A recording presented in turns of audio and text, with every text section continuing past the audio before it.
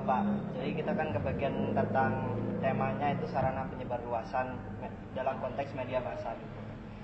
Untuk pertanyaan yang pertama ini, apa yang dimaksud dengan sarana penyebarluasan dalam konteks media massa? Ya mohon maaf ya. Kalau itu jangan tanyakan ke saya kalau. Gitu. Itu kan masalah teori. Tanyakan ke dosen Anda kalau itu. Itu kan yang dengan tugas saya sehari-hari di sana. Yang maksud penyebarluasan apa itu? Saya juga nggak tahu maksudnya Anda. Tadi kan sudah saya tanya. Malah kok itu ditanyakan ke saya? Itu masalah teori itu. Kalau ke saya itu kan tanya masalah teknisnya, apa yang saya kerjakan di sana. Langsung saya ditanya kayak gitu. Gini.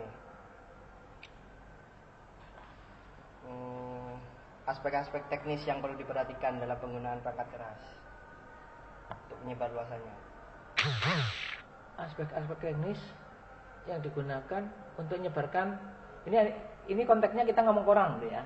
Ya, boleh, Pak. Penyebar luasan koran. Ya, media massa. Oke, penyebar media massa itu ada banyak. Salah satunya koran. Ini kalau Anda tanya soal teknis ya. Jadi bukan tanya soal apa itu konsep yang ada di buku. Jadi pertanyaan Anda itu harus tahu Anda teknis itu yang pertama. Kalau menyangkut perangkat untuk nyebar koran, ini Anda tanya peralatannya, berarti ada mobil, gitu. Ada mobil, ada motor, ya, itu perangkat. Kemudian ya peralatan yang lain tentu komputer. Cuma kalau kembali ke pertanyaan Anda, maksud Anda itu mungkin kan begini. Bagaimana misalnya koran itu mulai dari dicetak sampai disebarkan kan di situ. Ya. Kalau produksinya itu kan divisi redaksi. Kalau koran itu kebetulan kalau Radar Jember itu sekarang cetaknya di Sumangko, di Temprina. PT Temprina itu tempat percetakannya itu di daerah Sumangko, Wringin Anom, Gresik. Nah, itu prosesnya ya kita ngomong prosesnya karena ini menyangkut habis itu penyebaran. Prosesnya itu setelah selesai di layout ya, itu dikirim dengan perangkat komputer ya lewat jalur internet ya ke Temprina yang ada di Sumangko. Dari sana kan dalam bentuk file tuh. Kemudian di print, di film. Pakai film. Jadi di film, jadi seukuran kertas koran itu filmnya. Kalau warna berarti ada 4. Kalau itu berwarna, koran warna kayak gini ini berarti ada 4 film. Kemudian kalau tidak berwarna hitam putih itu 1 film. Di prosedurnya. Kemudian habis di film, kemudian di plat. Tahu plat? Seng itu loh. Ya. Jadi itu dicetak di plat ya. Kayak kalau itu kan dicetak kayak foto kan dicetak di kertas, itu dicetak di plat. Kemudian plat itu dicuci dengan zat kimia, itu akhirnya timbul. Tulisannya bisa timbul ya. Sedikit, itu yang kemudian nanti akan plat itu setelah timbul ditaruh di namanya mesin cetak. Apa namanya itu? Yang bulat itu kan mesin cetak itu gini, mutar. Satunya mutar ban itu loh, kayak ban itu. Nah, nanti itu bertemu, tengah ada kertas. Karena habis muter itu kan kena tinta di sini, terus kena kertas, ya kayak ngeprint itulah ya. Itu akhirnya menjadi cetakan ini. Dan itu kalau misalnya warna berarti dicetak 4 kali. Ya. Sampai kemudian sudah tertata, keluar sudah menjadi koran sudah lipatan kayak gini. Itu secara mesin otomatis itu akan menghitung sendiri. Tinggal program.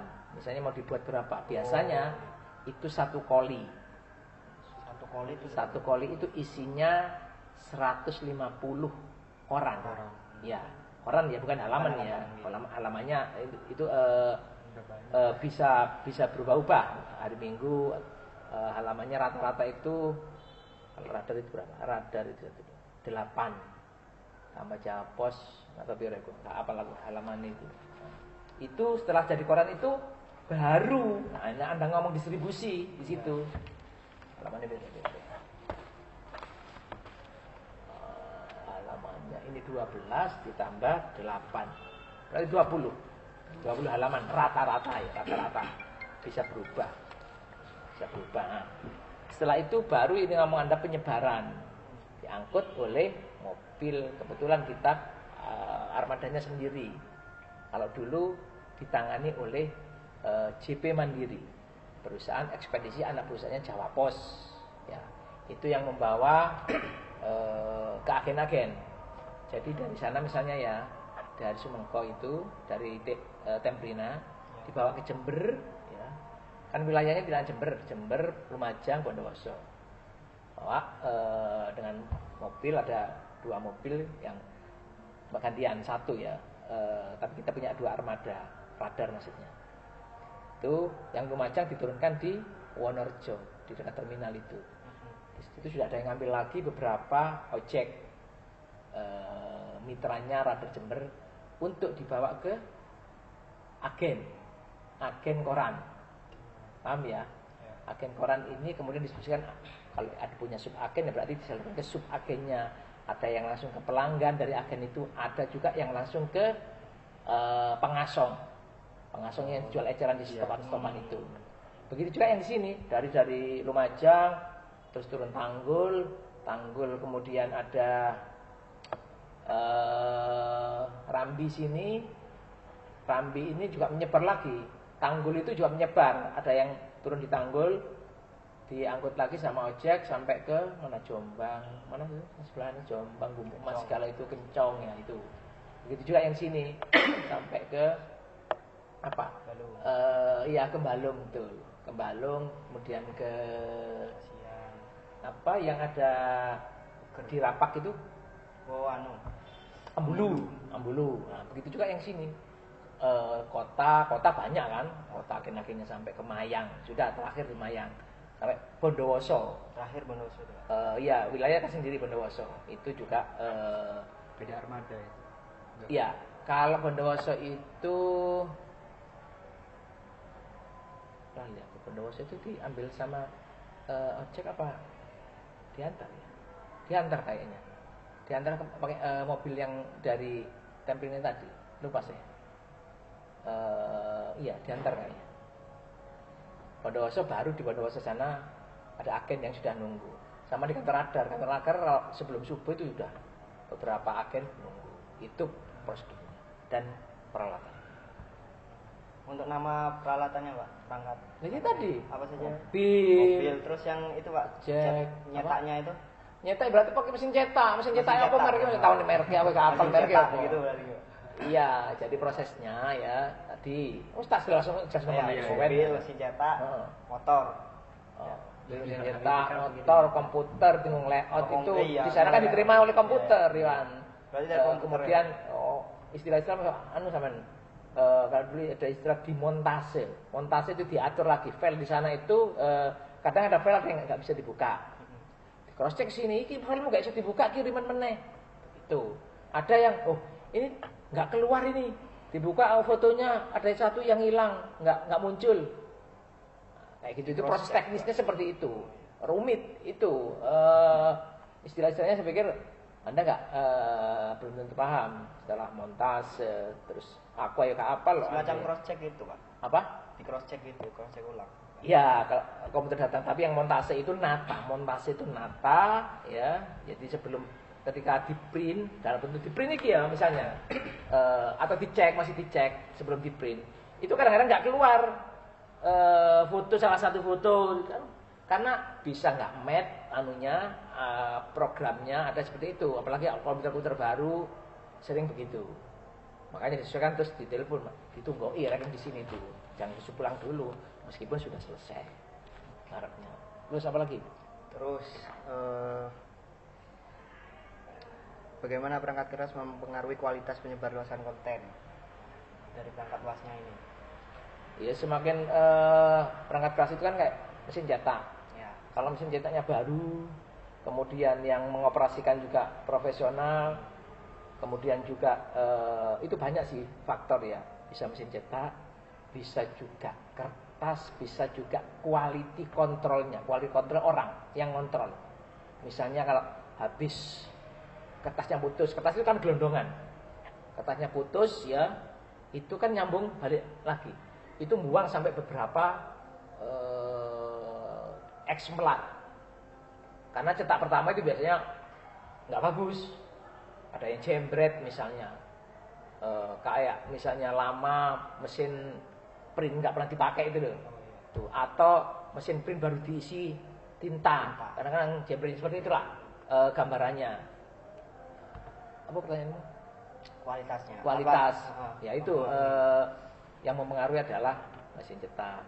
Kemudian komputer. Komputer itu juga biar sama dengan yang ada di cetak itu harus namanya kalibrasi. Kalibrasi itu untuk menstandarkan antara warna yang di komputernya layout sama komputernya yang ada di percetakan ini sama. Karena bisa nggak sama. Misalnya di sini sudah merah bagus ya. Di sana ternyata ketika di print merahnya nggak merah seperti yang di komputer. Ini karena lama nggak dikalibrasi. Nah, seperti itu. Itu menjadikan kualitas cetak. Nah, terus juga bisa yang namanya melingsi. Makanya dikasih seperti ini tandanya ini. Nih. Ini bisa dilihat di sini. Kalau ini nggak melingsi warna CMYK ini berarti kualitas cetaknya bagus. Tapi karena ada yang melingsir sedikit bisa dilihat dari sini. Wah, ini kok fotonya gak terang, ini kok sodok kabur, ini kok sodok. Nah, bisa dilihat sini. Oh, berarti gak presisi cetaknya. Ini kalau ngomongin cetak. Apa namanya, Pak? Ini, Pak. Yang ini penanda gini-gini. Ini penanda. Kalau ini CMYK kan warna. Iya. C format warna. Iya, CMYK. Ya, magenta, yellow. Ya wis itu kan ngerti toh. Ya. Oke. Jadi begitu, ada quality controlnya agar cetakannya. Ya enggak kata elek ya disortiri, tapi kadang-kadang kan manusia ya bisa lewat, dia bisa salah, bisa teledor. Loh, enggak ada komplain. Kok aku cetakan kok jembret itu fotonya apa itu rangkep misalnya. Ya seperti itu.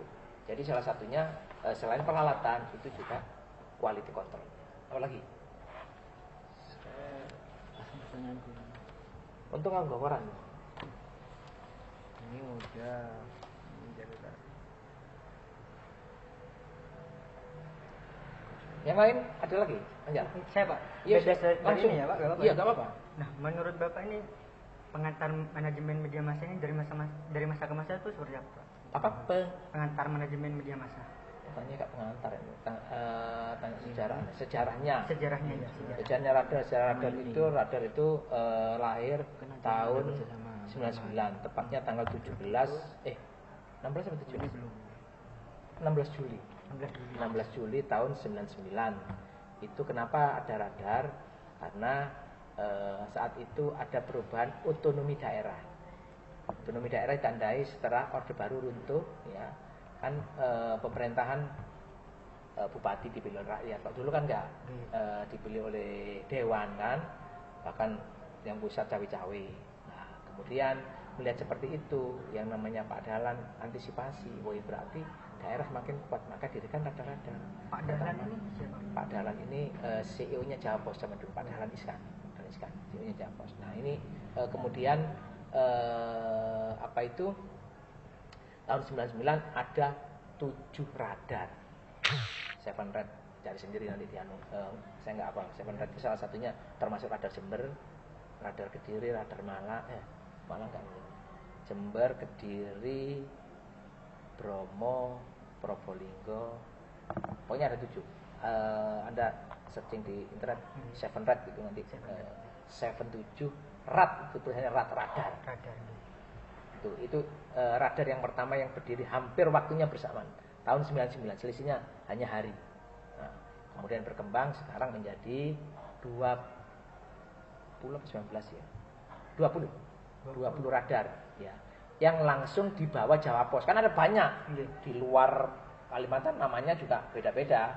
Ada yang pakai nama radar juga, tapi yang radar yang langsung di bawah Jawa Pos yang jadi satu seperti ini maksudnya itu ada radar Surabaya sama Bali Express enggak gabung di sini, tapi ikut manajemen namanya Radar Timur.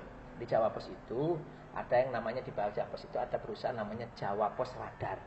Ya, Jawa Pos Radar ini menaungi 20 perusahaan atau media atau koran orang. Namanya juga ada yang bukan radar. Selain radar-radar di kota-kota itu ya, contohnya 20, ada yang bukan radar, namanya itu yang bukan, yang terpisah, yang terpisah dari Jawa Pos ya. Kalau ini radar-radar berarti 18 itu ikut jadi satu. Tapi ada 2 media yang terpisah, tidak ikut distribusinya Jawa Pos. Namanya Radar Surabaya sama Bali Express. Kalau Radar Bali masih depannya Jawa Pos. Kemudian yaitu asalnya 7 berkembang sampai tahun sekarang menjadi 20, kan berkembang. Tahun 2001 itu tambah, misalnya saya yang dirikan Radar Mojokerto, itu tambah Radar Mojokerto sama tambah Radar Bali. Bali dulu terus Radar Mojokerto. Itu dari tahun 91 Pak. 99. Oh 99 ya. 99. Baru ada penambahan sampai kan ada tambahan lagi, saya nggak hafal tahunnya ya. Misalnya Radar Mojokerto, yang saya jadikan dulu itu kemudian dipecah menjadi 2. Ada Radar Mojokerto, ada Radar Jombang. Itu sekitar tahun berapa? Tahun 2016 kan? 16 kalau nggak 2017. Kemudian begitu juga yang Radar Bojonegoro dipecah menjadi Radar Bojonegoro dan Radar Tuban. Sehingga jumlahnya menjadi asalnya 18 menjadi 20. Gitu. Mungkin juga ya ke depan nggak tahu sih ada dipecah atau enggak. Nah itu sejarahnya seperti itu ya. Kemudian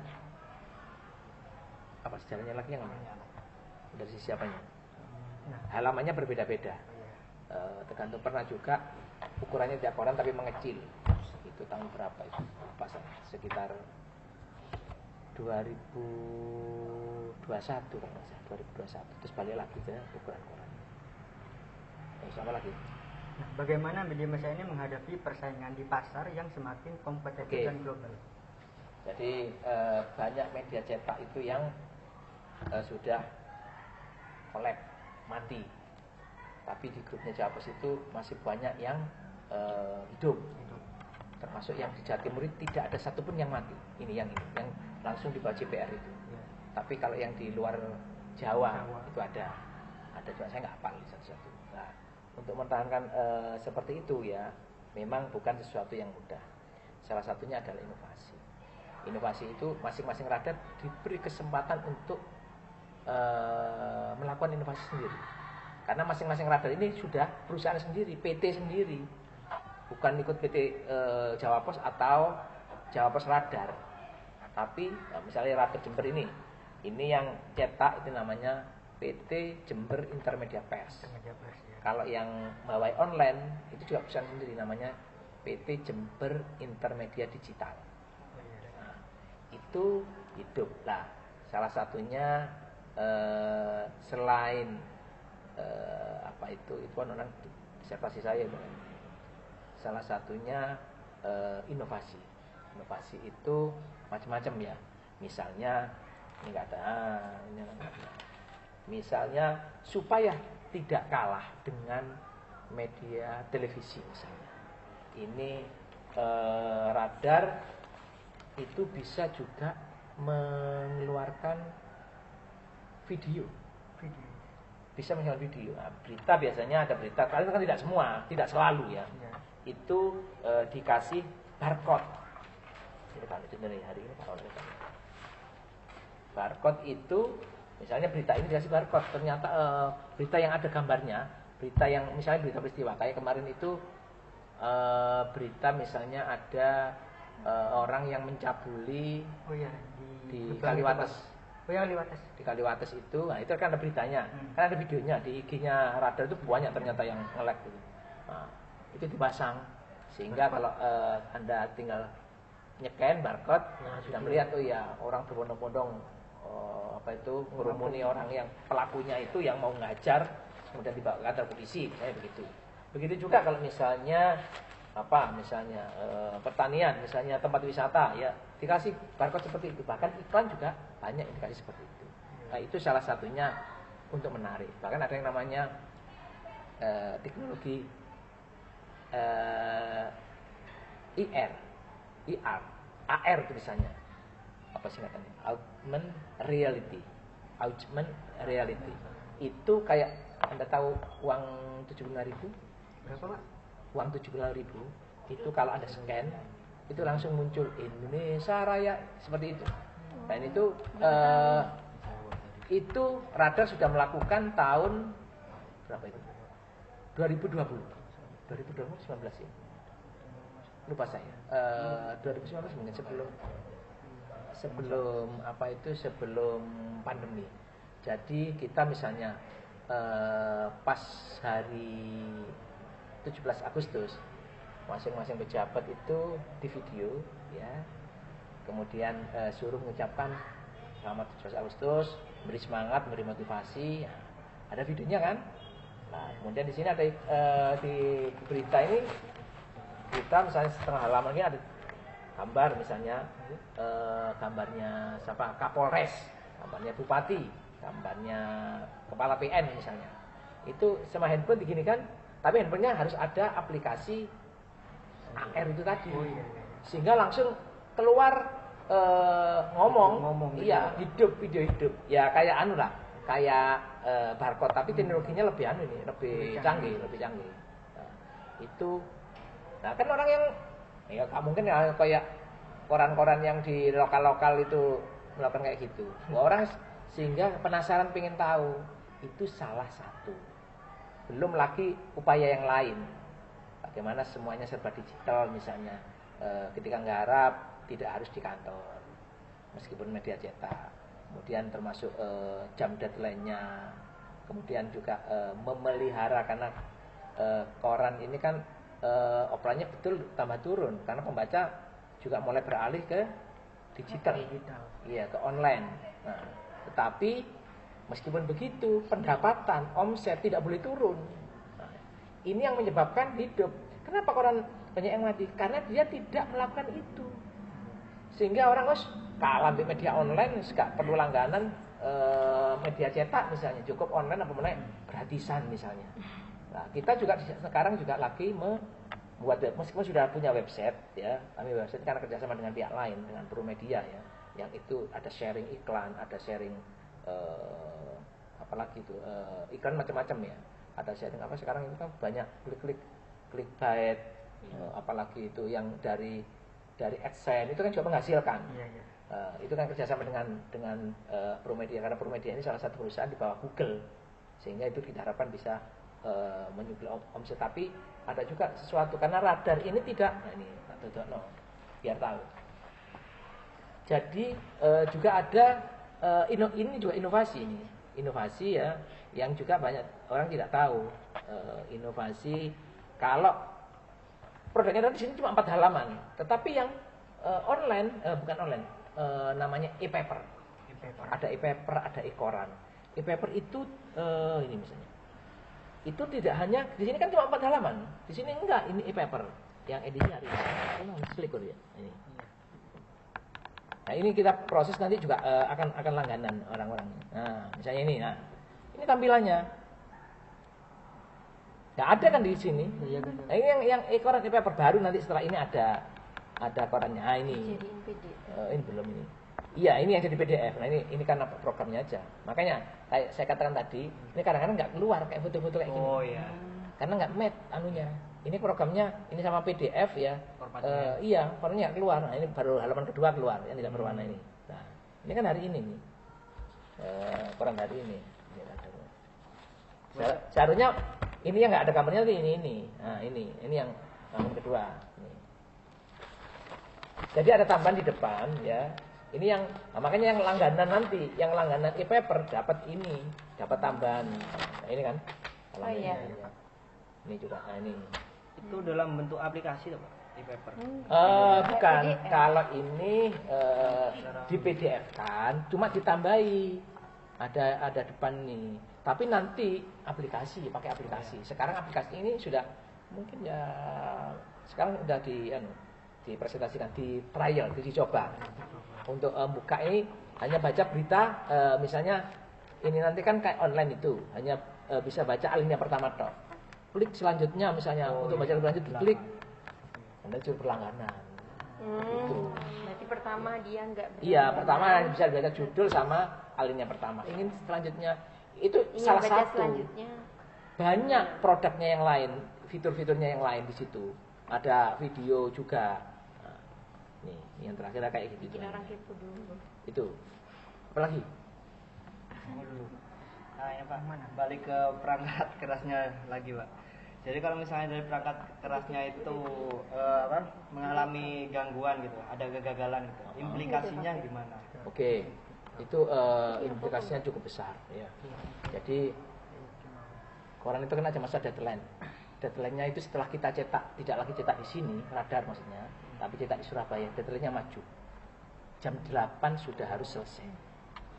Jam 8 sudah harus dikirim dalam bentuk layout itu tadi ke Sumengko, ke Gresik, ke tempat percetakan.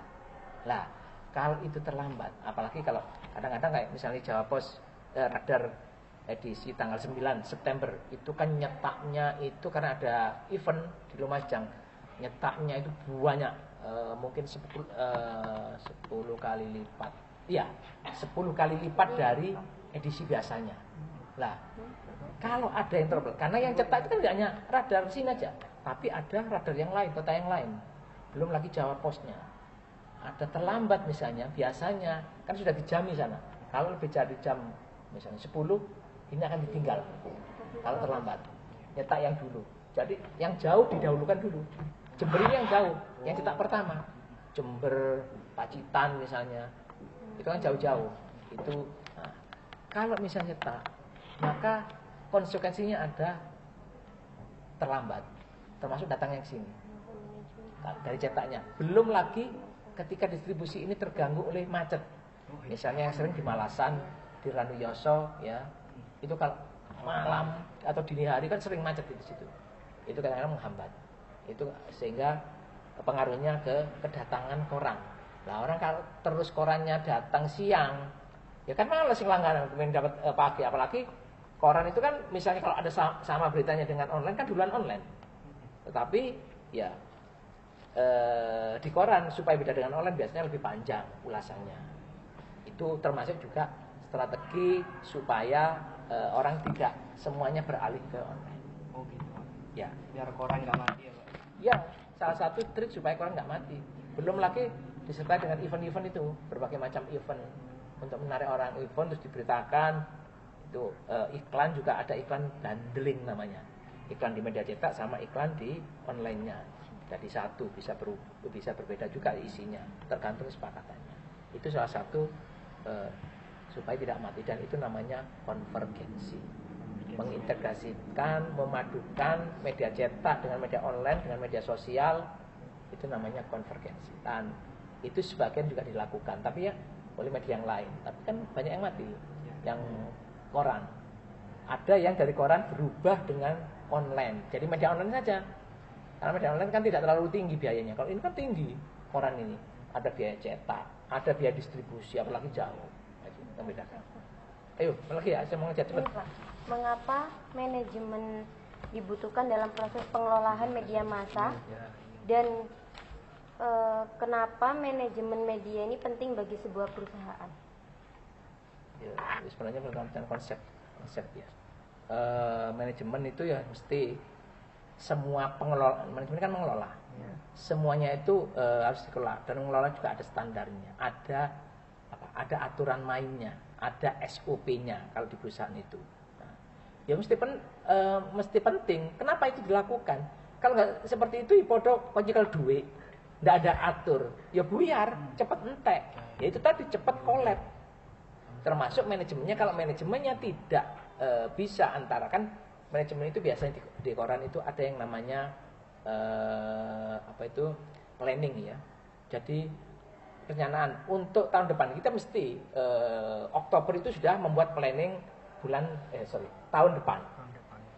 Apa misalnya untuk masing-masing dengan program sama anggaran. Itu juga masing-masing divisi. Dan divisi iklan, divisi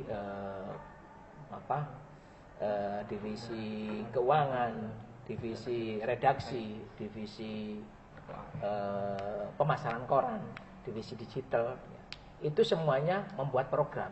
Kemudian program itu setelah dibicarakan ya, dirapatkan, baru sudah fit, termasuk dengan berapa yang kita proyeksikan untuk pendapatan tahun depan, kan masih perkiraan, tapi kita harus mengarah ke sana supaya bisa tercapai seperti apa. Banyak caranya. Caranya itu adalah dengan program. Itu adalah bagian dari manajemen, proses manajemen itu namanya. Kalau tidak dibuat seperti itu, ya Anda bisa sendiri, Anda tahu sendiri, koran media-media yang manajemen pengelolaannya tidak baik, ya cepat mati. Contoh misalnya, ini saya juga baru tahu, koran Barata di Bondowoso, lokal itu, direkturnya itu salah satu dosen tarbiyah. Saya tanya apa? Karena iklan, wartawan kan juga nyari iklan. Tapi itu iklan, kenalan-kenalannya itu setelah dapat omset iklan, itu uangnya nggak masuk ke kantor, bisa ide itu Pak Dewi. Karena manajemen tidak tegas dan tidak tahu. Kan bisa aja nggak gitu, oh berita ternyata berita ADV, tapi dia tidak tahu kalau itu berita ADV. Artinya berita bayar ADV itu. Karena lemahnya kontrol. Itu kontrol itu bagian daripada manajemen. Nah itu yang buat cepat mati. Dari kelompok saya terakhir, Pak. Ya, silakan. Apakah ada wilayah-wilayah di Jember yang ini tidak tercakup oleh jangkauan radar? Oh banyak.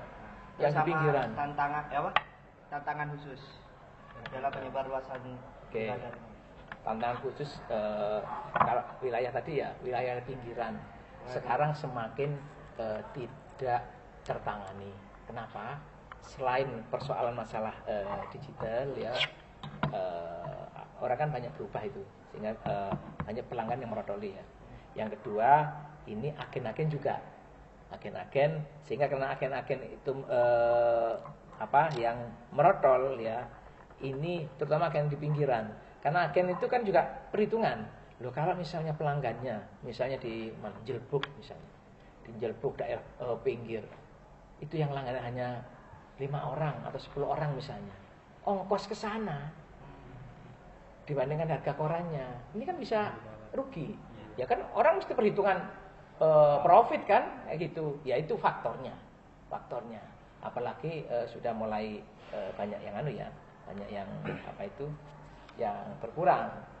Apalagi itu tantangan khusus. Ya, tantangannya itu sehingga sekarang pun yang dulu menjadi loper dalam stopan, sekarang kan ya masih ada, kan mulai berkurang.